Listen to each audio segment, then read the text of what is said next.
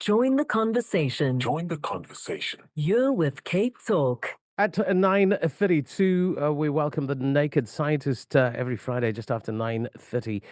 Joining us via Zoom, of course, consultant virologist at Addenbrooke's Hospital in Cambridge, Dr. Chris Smith is with us. Good to have you, Chris.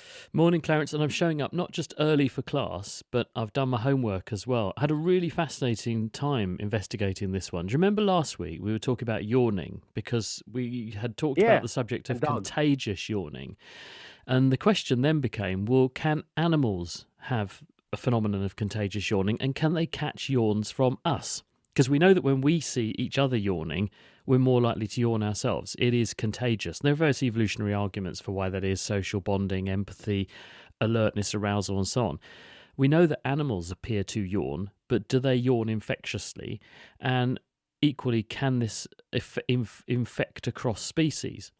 So I did a bit of poking around, and it turns out lots of other animals, mainly ones with bigger brains, do tend to yawn. The duration of the yawn is proportional to brain size, and this is because we think that yawning is linked to brain temperature. A higher brain temperature stimulates yawning, so animals with bigger brains tend to be more likely to yawn and yawn for longer. And therefore you tend to see this in primates like chimpanzees, bonobos. Also, as a species of parrot, defined as a yawner, and dogs, lions, wolves, they yawn as well. They also seem to catch yawns off each other like we do, but there's one interesting paper in Biology Letters from 2008. This is a team of researchers at Birkbeck in London, and what Alex Shepherd and his colleagues, if you want to read the paper, did was to show a panel of 21 dogs pictures of people yawning and see what the dogs did. And the dogs did yawn in sympathy. So it looks like dogs do catch yawns, at least dogs do, that was the question. Whether other animals, don't think anyone's done it with a lion yet, to see if a lion will catch your yawn. They're more likely to just eat you. But dogs definitely do, probably because they're very socially tuned into us. Dogs do look at our faces, they know about eye contact, they respond when we look at them. So there is a visual bond there between, you know this, you love dogs, between dogs and humans. And so this probably accounts for at least the observation in dogs, but it is there. And so yes, you can catch dogs' yawns and dogs can catch your yawns as well. Okay, right, that explains it, because my candy is the yawner. But while we're on the topic, Vernon wants to know then, do dolphins and whales yawn too? Yes, and this was a piece of research that was actually, or an argument that was put forward by an evolutionary biologist for what the purpose of yawning is, because a guy called, was it Jonathan Gallup? He was looking at this and said, well, actually some marine mammals do yawn, and they even yawn underwater. So it isn't just about oxygenation, because that was the other myth around this, is that do we do this to force more oxygen in? And the answer is no, we definitely don't, because if you monitor a person's blood oxygen, it's nearly, in a healthy person, 99% hemoglobin oxygen saturated normally. When you yawn, that doesn't change. And so animals like marine mammals were intriguing as a thought, because if they dive and yawn, then that could be destructive, but it can't be anything to do with breathing because they're underwater, and indeed it isn't. So they show yawning manoeuvres, but it doesn't change blood oxygen because they're not doing anything more with the air in their bodies. So yes, those other mammals do yawn as well. And that is a ding-dong moment, a light bulb moment. Thank you, Vernon, for that question. Janus on the line. Janus, go ahead for the Naked Scientist. Hi, Bob, for you gentlemen. Thank you very much for taking my call. Doctor, the chip implant in human brain, we know that Elon Musk in his Neuralink 2016, they had a sort of, exercises in the human brain, put the chips. Wasn't successful for only 100 days, but then what we know about is 10 years later is a development in that section. I know that other guys like Bill Gates and Jeff Bezos also try to do the same things for the medical reason, but medical reason. Security, they will tell us put the chips because of the security and military, whatever. So what is the progress in this case? I've got another question, quick question. Do you know, because you travel quite a lot, in many countries, many cities, the citizens are free to travel. Is it true or not? Thank you very much. But the most important about chip implant. Thank you, Janus. Hi, Janus. This is an ongoing area of research, and the challenge that has to be overcome is that you need something that can safely go into the brain and can eavesdrop on brain signals and then get those bits of information that it's extracting from the brain into some kind of device that can decode them. So it's not just as simple as reading some brain waves and then turning them into some instructions. Because the way the brain works is that there's about 100 billion brain cells, nerve cells, and there's probably 10 to 20 times as many other supporting cells that are all equally electrically active and chemically active in the average person's brain.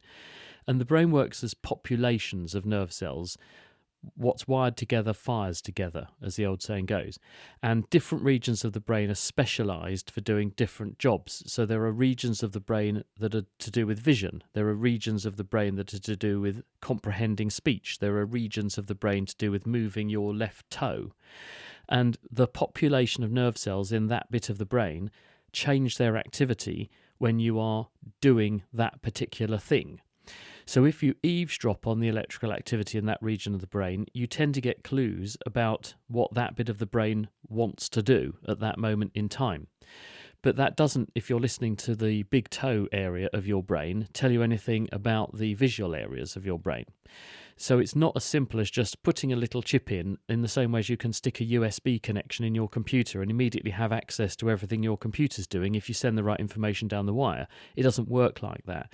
So what currently researchers have been doing is looking at how you can eavesdrop on certain bits of the brain to elicit or extract information about certain things so that you could, for instance, make interpretations about movement intention. If you had a person with paralysis, could you eavesdrop on the motor regions of the brain to inform a computer that could then work out when this pattern of brain activity crops up, this person wants to do this particular sequence of movements, and then you could make a robotic arm move, or you could send impulses electrically to the person's own muscles, say they were paralyzed, and make their muscles move for them. And that's an ongoing thing, and people are doing that.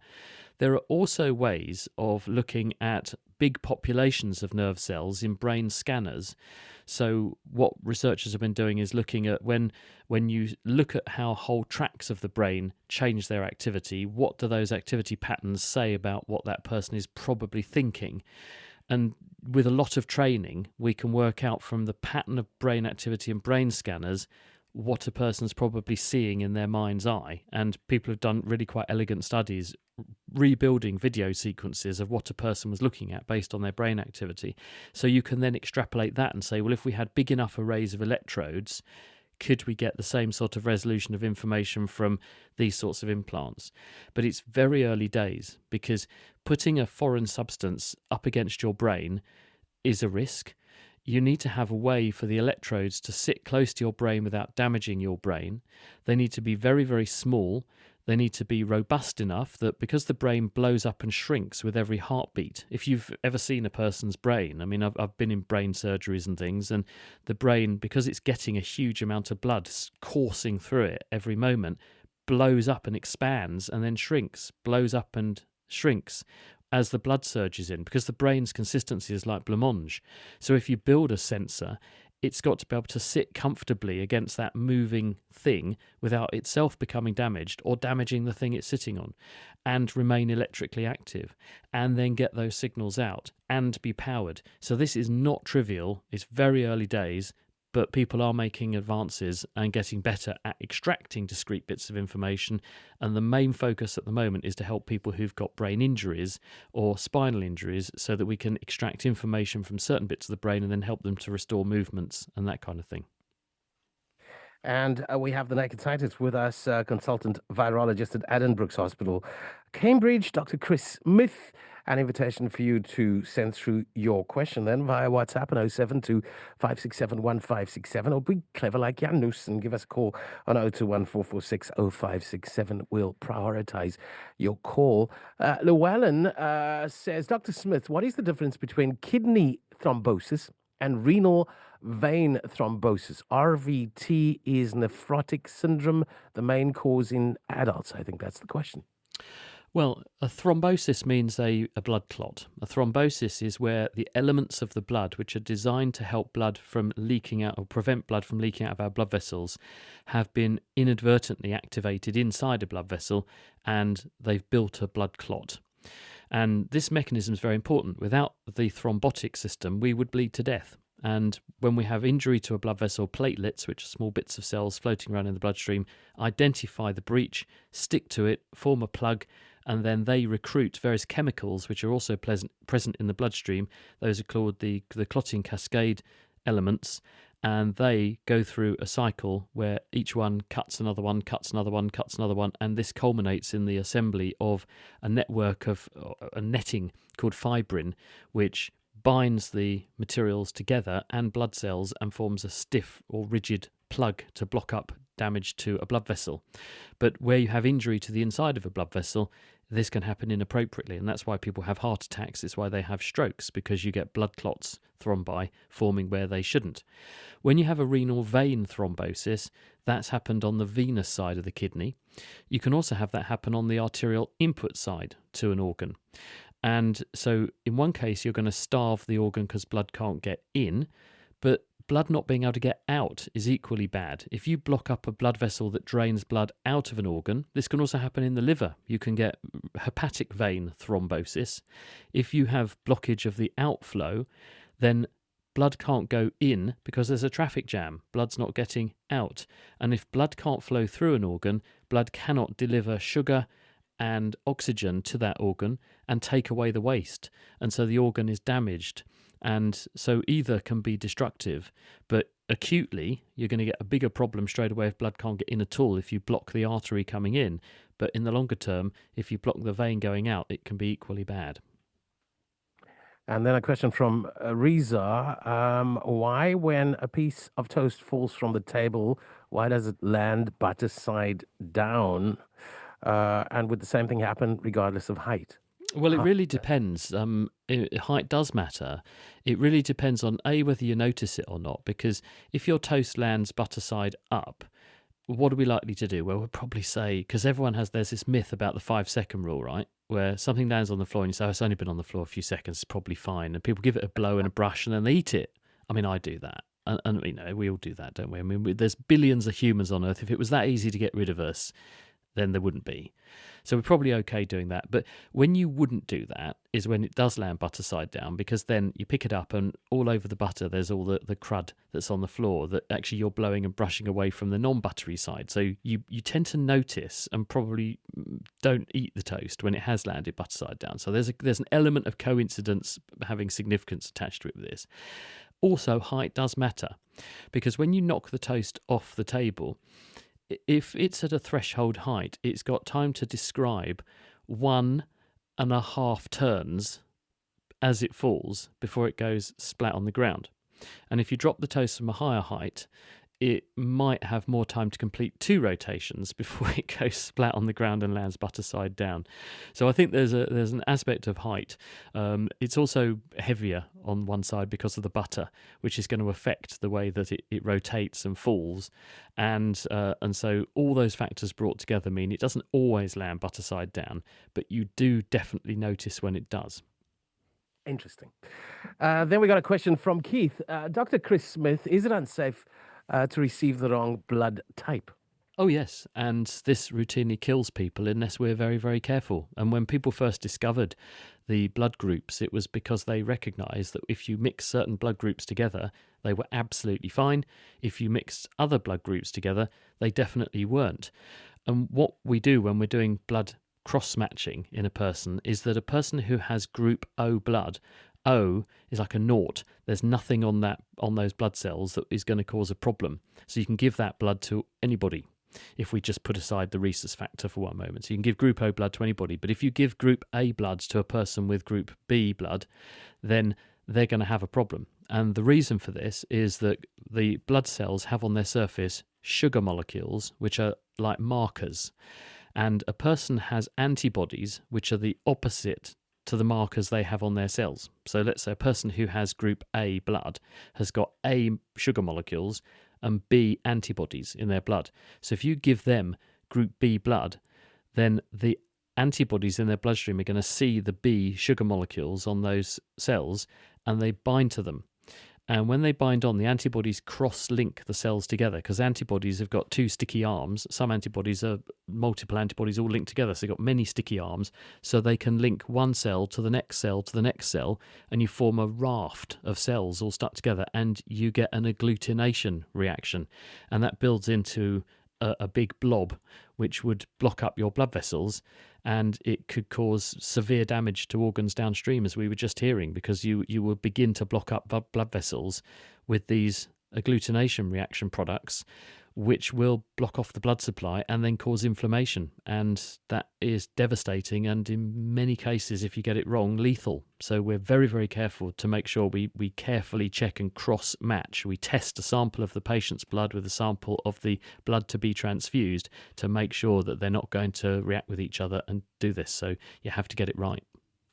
Okay, let's go to Leslie's voice note. Keep them coming through via WhatsApp at 072 567 1567. With regard to yawning, I started yawning just hearing the conversation.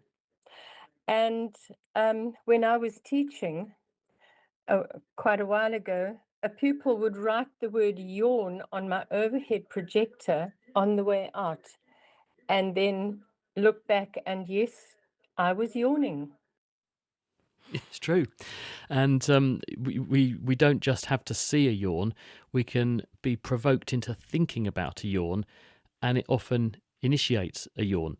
And the idea behind this is that it's partly empathy. We're a social species. We get on well together, we collaborate, we work well together because we're very good at thinking alike with each other, and that means mirroring each other's behaviour. So if one yawns, another one yawns to fit in with them. But also the arousal effect of a yawn. Yawning happens when brain temperature spikes. And people have proven this now by putting temperature sensors into the cortex and showing that there is a spike in brain temperature which occurs around the time that then a yawn initiates. So it is possibly a mechanism to cool the brain. There are various anatomical reasons why that's a reasonable speculation. And so if you yawn to wake yourself up because your brain temperature is going up, because we're a social species and we all look out for each other, it's likely other people are going to also be feeling a bit fatigued. And since yawning has this arousing, enlivening effect, if you make other people yawn, everyone wakes up, and that means we're less likely to fall threat to other sorts of threats and challenges in the environment around us from an evolutionary perspective, and other animals are no different. A question in from Zander. He's looking at what he calls a typical fluffy cumulus cloud that weighs 500 kilos, 500,000 kilos of water. I want to know what exact mechanism keeps all of that weight up there. Yeah, he's quite right. I mean, a big storm cloud, when you see a front go over and the cold front comes in and you get those big towering cumulus clouds, 1 million tons of water is pretty small fry for a big cloud system like that. No problem. And the answer to what keeps it up there is updrafts. Those water particles are very high, some of them, so they're ice crystals. Some of them are just little specks of water, some are big drops of water. But rising under that cloud system is rising warm air, because that front, that cold air coming in that makes those clouds form, is meeting warm air underneath. And the warm air is rising, causing an updraft, and it's where the cold and the warm meet that you get the cloud forming because the water condenses. But those updrafts, the rising current of air, as the cold air gets underneath the warm air, it's that that's causing the air to push upwards, and there are strong winds, therefore, rising up within those clouds. That's why they're tall, towering clouds, which then eventually, when the rising air peters out, you get that anvil shape. That updraft keeps the particles in the clouds aloft, and you only get rain when the drops or droplets become sufficiently large that the gravitational acceleration pulling them downwards, their weight, is greater than the force being applied to them from the updraft. So in other words, the water particles stay aloft until they become sufficiently large to overcome the updraft that's pushing them up there, and then they fall as rain. Then Catherine has sent the following message. Dr. Smith, is it just luck that most bird song is music to our ears? Or if most birds make a noise, I've lost it, let me find it. if most birds made a noise like Hadidas, would we be playing that as soothing massage music, or might smaller birds have adapted their calls to get on well with their neighbors? Okay. Well, not all bird song is as mellifluous as a blackbird in the morning, is it? We know of some birds, crows will be screechy and quite frankly irritating. There are other birds that have extremely harsh calls. Birds have evolved and adapted to make their calls unique, easy to learn, and unique to them so that they can tell friend from foe, birds that are like them, their group of birds, and birds adapt their songs so that individual groups of birds can recognize each other. So bird songs are not static. The birds learn their songs from their parents, but they can add differences to them. They can also change in response to the environment. So birds that live in cities sing different songs than birds that live in the countryside. They change the frequencies that they use. And the reason is, researchers speculate that in cities there are more low frequency, throbbing, humming, pounding sounds from our activities which drown out those frequencies in the birds. So the birds shift the register up and they use choices of frequencies, a bit like if the radio spectrum's busy, to avoid interference we change frequency to get a clear channel. The birds change their tune, literally as well as metaphorically, to make things cut through in the hubbub of the urban environment. But where there's much less noise pollution out in the countryside, they don't have to do that. So birds are adaptable in their songs. We like certain bird songs, but we don't like all bird songs. And we tend to, I think, find them calming because they remind us of the natural world. They remind us of being out in the countryside and digitally detoxed.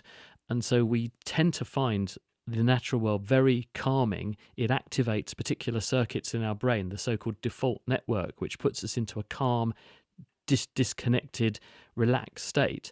And so if you have a stimulus like birdsong that puts you into or summons memories of you being in that environment, then it tends to make you believe you're in that environment and you find it relaxing. So I think that's where that kind of use in massage therapy and that kind of thing, playing those sorts of sounds of nature, I think that's where that comes in and is helpful.